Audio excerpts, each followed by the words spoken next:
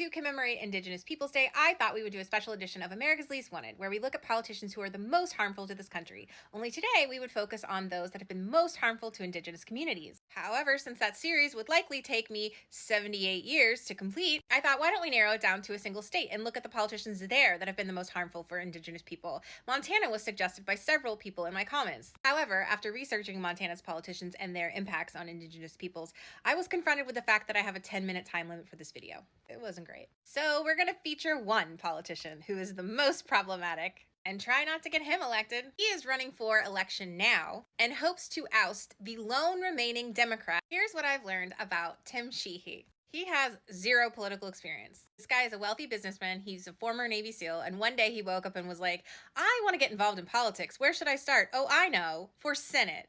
That's like an actor waking up tomorrow and thinking he can be president. Who would be narcissistic enough to do that?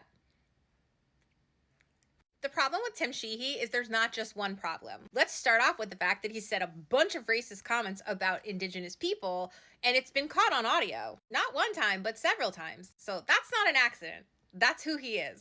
You can pause to read the comments, or you can listen to them. I'll link it in my threads. Tim Sheehy is not a fan of reproductive autonomy. He thinks women have been indoctrinated about abortion. It's like all young girls can speak about. I wonder why. Could it be that we're dying in parking lots because men are making legislation about our bodies? I don't know, Tim. Could it be? He wrote a memoir, and I guess the memoir focuses on his business, which is aerial firefighting. So he was supposed to donate the proceeds to these aerial firefighters, but instead is donating it to a lobbyist group of aerial firefighters that he himself put together. Definitely some collusion that's very questionable. Though he previously donated to Trump's rivals, he is now on the Trump train officially. He has accepted Trump's endorsement of him. Let's see what else. Oh, the mystery bullet. So he lied about a bullet that's in his arm, and we still don't know why it's there. I should dedicate a full video to the story. It's fascinating. So let me sum this up for you. Tim Sheehy, who is not from Montana, he was born in Minnesota and only recently moved to Montana, has no political experience whatsoever. His first gig out the gate, he wants to be a senator. He has a history of lying, completely disregarding and minimizing women's need for reproductive autonomy. And lastly, said some deeply harmful racist remarks about Indigenous people. That was caught on audio. You can hear his voice. Montana, why is this guy even in play for you?